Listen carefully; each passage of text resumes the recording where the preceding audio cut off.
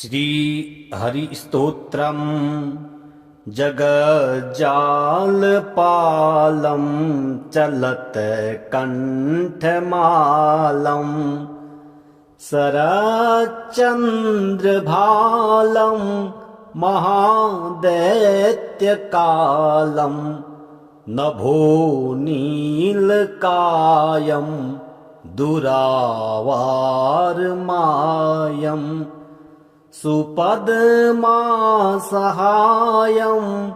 भजेऽहं सदाम्भोधिवासं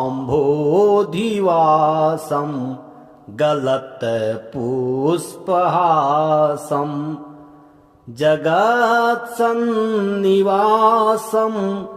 शतादित्यभासं गदाचक्रशस्त्रं लसत्पीतवस्त्रं हसच्चारुवक्त्रं भजेऽहं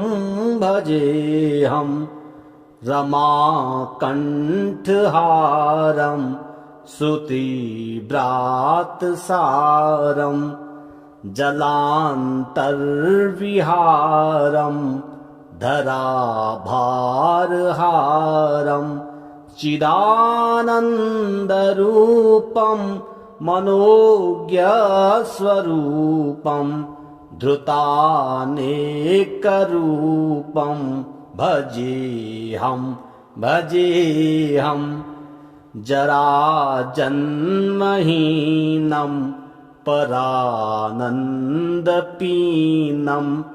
समाधानलीनं सदैवानवीनं जगज्जन्महेतुं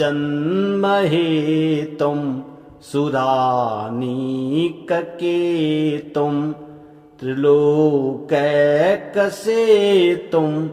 भजेऽहं कृताम्नाय गानं खगाधीसमानं विमुक्तेर्निदानं हरारातिमानं स्वभक्तानुकूलं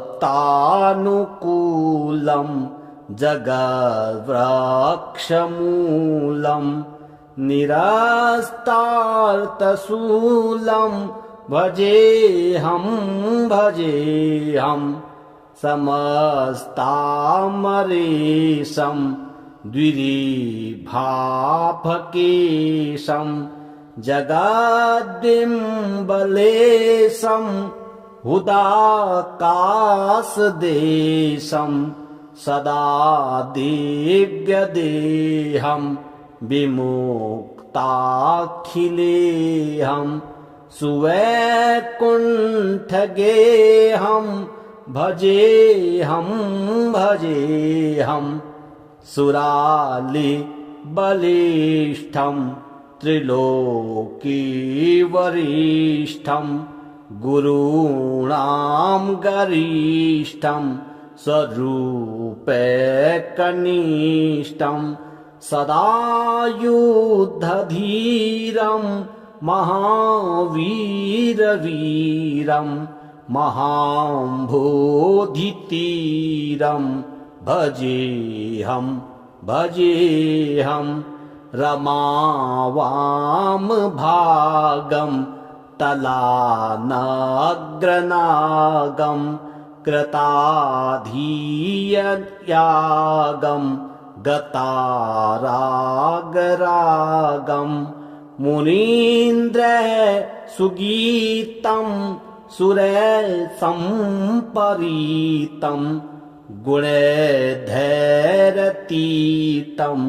भजेऽहं इदं यस्तु नित्यं समाधाय चित्तं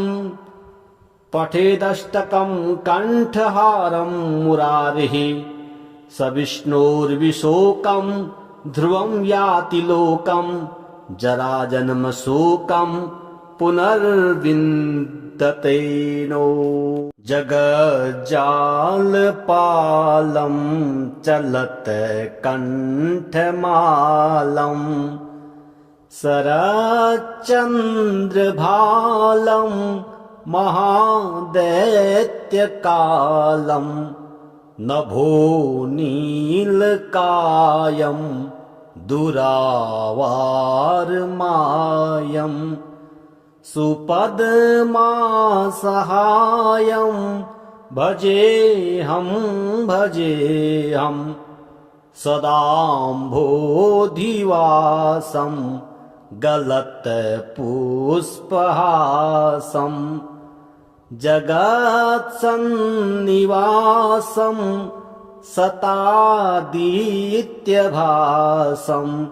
गदाचक्रशस्त्रं लसत्पीतवस्त्रं हसच्चारुवक्त्रं भजेऽहं रमाकण्ठहारं श्रुतिव्रातसारं जलान्तर्विहारं धराभारहारं चिदानन्दरूपं मनोज्ञस्वरूपं धृतानेकरूपं भजेऽहं जराजन्महीनं परानन्दपीनं समाधानलीनं सदैवानवीनं जगज्जन्महेतुं सुरानीककेतुं त्रिलोकैकसेतुं भजेऽहं कृताम्नाय गानं खगाधीसमानं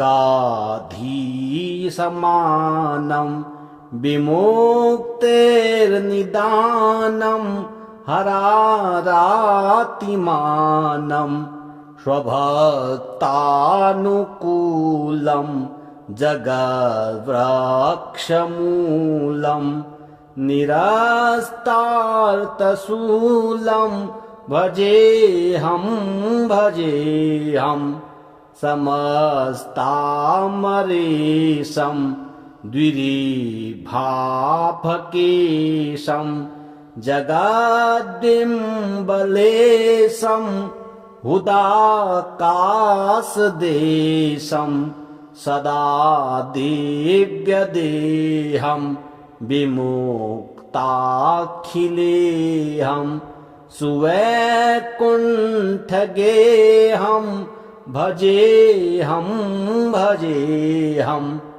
सुरालिबलिष्ठं त्रिलोकीवरिष्ठं गुरूणां गरिष्ठं स्वरूपैकनिष्ठं सदा युद्धधीरं महावीरवीरं महाम्भोधितीरं भजेऽहं रमावामभागं तलानग्रनागं कृताधीययागं गतारागरागं मुनीन्द्रः सुगीतं सुरसम्परीतं गुणैर्धैरतीतं भजेऽहम् इदं यस्तु नित्यं समाधाय चित्तं पठेदष्टकं कण्ठहारं मुरारिः स विष्णोर्विशोकं ध्रुवं याति लोकं जराजन्मशोकं पुनर्विन्दते नो। जगज्जालपालं चलत्कण्ठमालं शरच्चन्द्रभालं महादैत्यकालं नभोनीलकायं दुरावारमायं सुपद्मासहायं भजेऽहं सदाम्भोधिवासं गलत्पुष्पहासं जगत्सन्निवासं शतादित्यभासं गदाचक्रशस्त्रं लसत्पीतवस्त्रं हसच्चारुवक्त्रं भजेऽहं रमाकण्ठहारं श्रुतिव्रातसारं जलान्तर्विहारं धराभारहारं चिदानन्दरूपं मनोज्ञस्वरूपं धृतानेकरूपं भजेऽहं जराजन्महीनं परानन्दपीनं समाधानलीनं सदैवानवीनं जगज्जन्महेतुं सुरानीककेतुं त्रिलोकैकसेतुं भजेऽहं कृताम्नाय गानं खगाधीसमानं विमुक्तेर्निदानं हरारातिमानं स्वभक्तानुकूलं जगद्वृक्षमूलं निरस्तार्थशूलं भजेऽहं समस्तामरेशं द्विरेभाफकेशं जगद्बिम्बलेशं हुदाकाशदेशं सदा दिव्यदेहं विमुक्ताखिलेऽहं सुवैकुण्ठगेऽहं भजेऽहं सुरालिबलिष्ठं त्रिलोकीवरिष्ठं गुरूणां गरिष्ठं स्वरूपैकनिष्ठं सदा युद्धधीरं महावीरवीरं महाम्भोधितीरं भजेऽहं रमावामभागं तलानग्रनागं कृताधीययागं गतारागरागं मुनीन्द्रः सुगीतं सुरसम्परीतं गुणैर्धैरतीतं भजेऽहम् इदं यस्तु नित्यं समाधाय चित्तं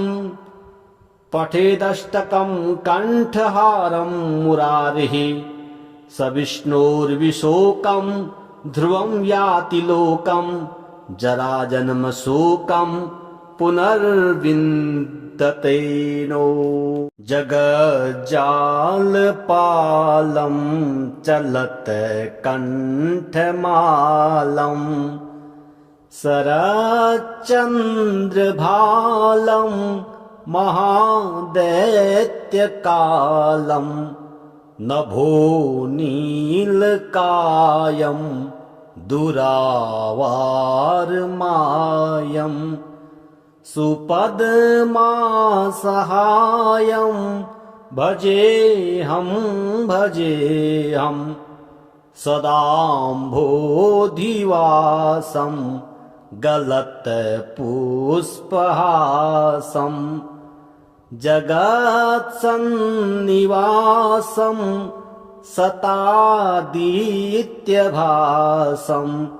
गदाचक्रशस्त्रं लसत्पीतवस्त्रं हसच्चारुवक्त्रं भजेऽहं रमाकण्ठहारं श्रुतिव्रातसारं जलान्तर्विहारं धराभारहारं चिदानन्दरूपं मनोज्ञस्वरूपं धृतानेकरूपं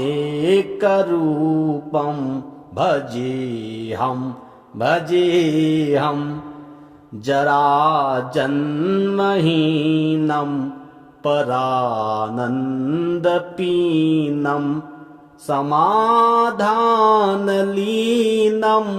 सदैवानवीनं जगज्जन्महेतुं सुरानीककेतुं त्रिलोकैकसेतुं भजेऽहं कृताम्नाय गानं खगाधीसमानं विमुक्तेर्निदानं हरारातिमानं स्वभक्तानुकूलं जगद्वृक्षमूलं निरस्तार्थशूलं भजेऽहं समस्तामरेशं द्विरेभाफकेशं जगद्बिम्बलेशं हुदाकाशदेशं सदा दिव्यदेहं विमुक्ताखिलेऽहं सुवैकुण्ठगेऽहं भजेऽहं सुरालिबलिष्ठं त्रिलोकीवरिष्ठं गुरूणां गरिष्ठं स्वरूपैकनिष्ठं सदा युद्धधीरं महावीरवीरं महाम्भोधितीरं भजेऽहं रमावामभागं तलानग्रनागं कृताधीययागं गतारागरागं मुनीन्द्रः सुगीतं सुरसम्परीतं गुणैर्धैरतीतं भजेऽहम् इदं यस्तु नित्यं समाधाय चित्तं पठेदष्टकं कण्ठहारं मुरारिः स विष्णोर्विशोकं ध्रुवं याति लोकं जराजन्मशोकं पुनर्विन्दते नो। जगज्जालपालं चलत्कण्ठमालं शरच्चन्द्रभालं महादैत्यकालं नभोनीलकायं दुरावारमायं सुपद्मासहायं भजेऽहं सदाम्भोधिवासं गलत्पुष्पहासं जगत्सन्निवासं शतादित्यभासं गदाचक्रशस्त्रं लसत्पीतवस्त्रं हसच्चारुवक्त्रं भजेऽहं रमाकण्ठहारं श्रुतिव्रातसारं जलान्तर्विहारं धराभारहारं चिदानन्दरूपं मनोज्ञस्वरूपं धृतानेकरूपं भजेऽहं जराजन्महीनं परानन्दपीनं समाधानलीनं सदैवानवीनं जगज्जन्महेतुं सुरानीककेतुं त्रिलोकैकसेतुं भजेऽहं कृताम्नाय गानं खगाधीसमानं विमुक्तेर्निदानं हरारातिमानं स्वभक्तानुकूलं जगद्वृक्षमूलं निरस्तार्थशूलं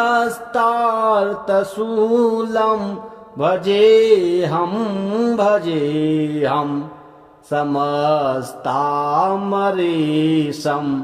द्विरीभाफकेशं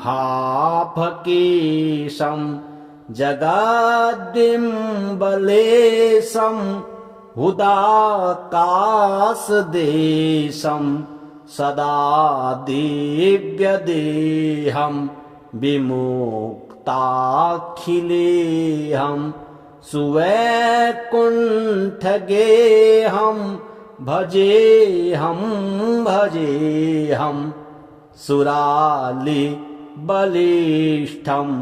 त्रिलोकीवरिष्ठं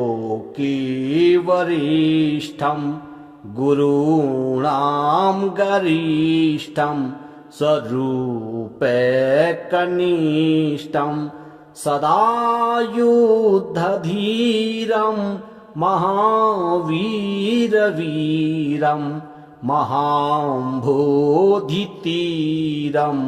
भजेऽहं रमावामभागं तलानग्रनागं कृताधीययागं गतारागरागं मुनीन्द्रः सुगीतं सुरसम्परीतं गुणैर्धैरतीतं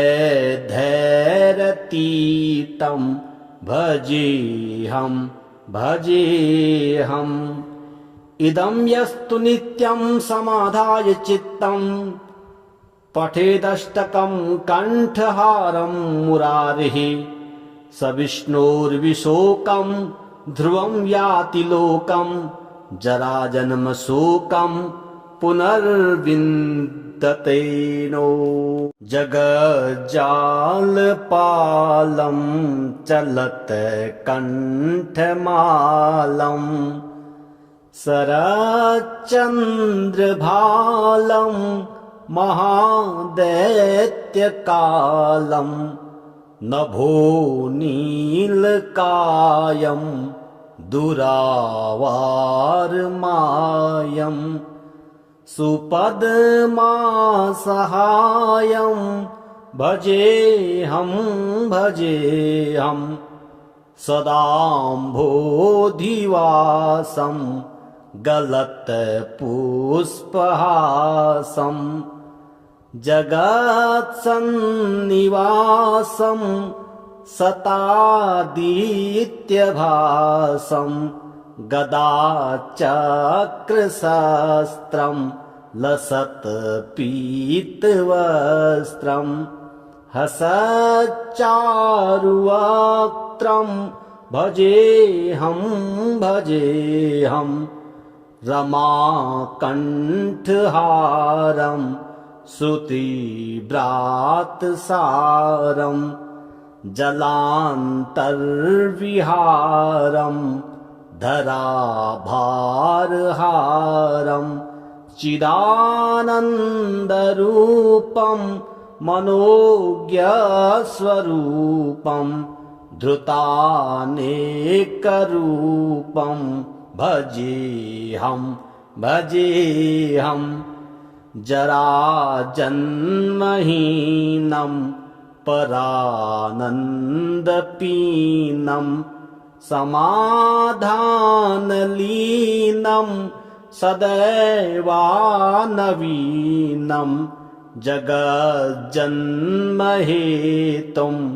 सुरानीककेतुं त्रिलोकैकसेतुं भजेऽहं कृताम्नाय गानं खगाधीसमानं विमुक्तेर्निदानं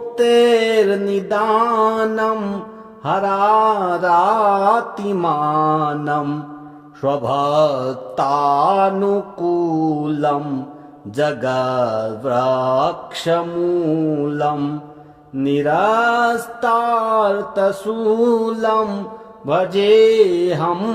भजेऽहं समस्तामरेशं द्विरेभाफकेशं जगद्बिम्बलेशं हुदाकाशदेशं सदा दिव्यदेहं विमुक्ताखिलेऽहं सुवैकुण्ठगेऽहं भजेऽहं सुरालिबलिष्ठं त्रिलोकीवरिष्ठं गुरूणां गरिष्ठं स्वरूपैकनिष्ठं सदा युद्धधीरं महावीरवीरं महाम्भोधितीरं भजेऽहं रमावामभागं तलानग्रनागं कृताधीययागं गतारागरागं मुनीन्द्रः सुगीतं सुरसम्परीतं गुणैर्धैरतीतं भजेऽहम् इदं यस्तु नित्यं समाधाय चित्तं पठेदष्टकं कण्ठहारं मुरारिः स विष्णोर्विशोकं ध्रुवं याति लोकं जराजन्मशोकं पुनर्विन्दते नो जगज्जालपालं चलत्कण्ठमालं शरच्चन्द्रभालं महादैत्यकालं नभो नीलकायं दुरावारमायं सुपद्मासहायं भजेऽहं सदाम्भोधिवासं गलत्पुष्पहासं जगत्सन्निवासं सतादित्यभासं गदाचक्रशस्त्रं लसत्पीतवस्त्रं हसच्चारुवक्त्रं भजेऽहं रमाकण्ठहारं श्रुतिव्रातसारं जलान्तर्विहारं धराभारहारं चिदानन्दरूपं मनोज्ञस्वरूपं धृतानेकरूपं भजेऽहं जराजन्महीनं परानन्दपीनं समाधानलीनं सदैवानवीनं जगज्जन्महेतुं सुरानीककेतुं त्रिलोकैकसेतुं भजेऽहं कृताम्नाय गानं खगाधीसमानं विमुक्तेर्निदानं हरारातिमानं स्वभक्तानुकूलं जगद्वृक्षमूलं निरस्तार्थशूलं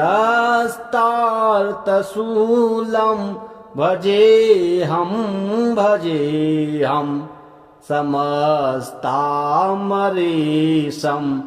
द्विरेभाफकेशं जगद्बिम्बलेशं हुदाकाशदेशं सदा दिव्यदेहं विमुक्ताखिलेऽहं सुवैकुण्ठगेऽहं भजेऽहं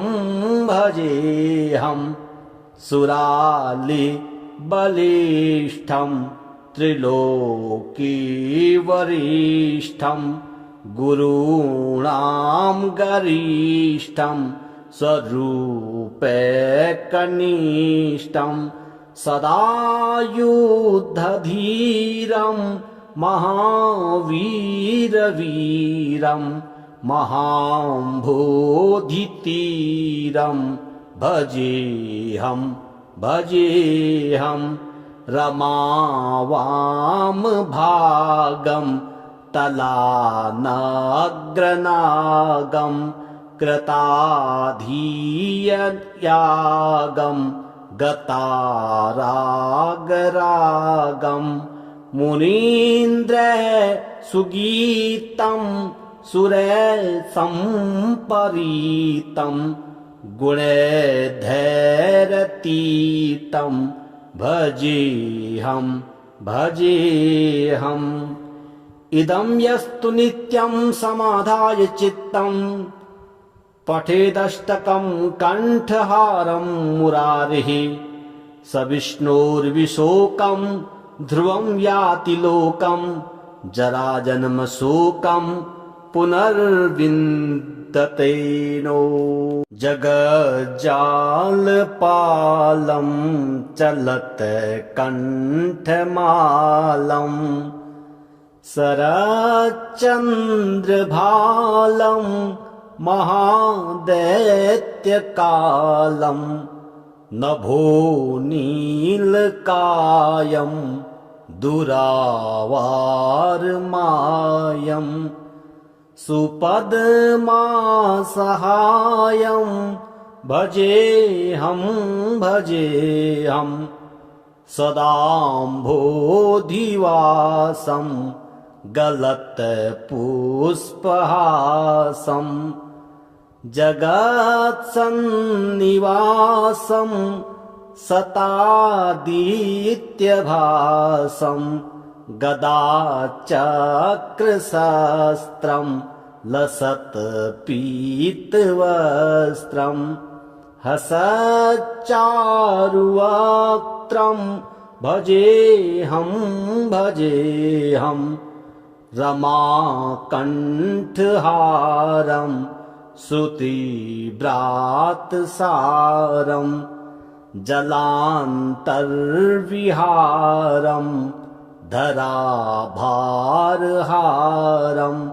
चिदानन्दरूपं मनोज्ञस्वरूपं धृतानेकरूपं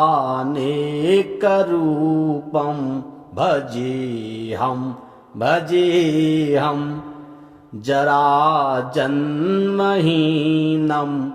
परानन्दपीनं समाधानलीनं सदैवानवीनं जगज्जन्महेतुं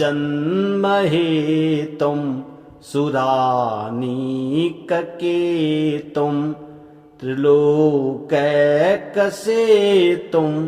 भजेऽहं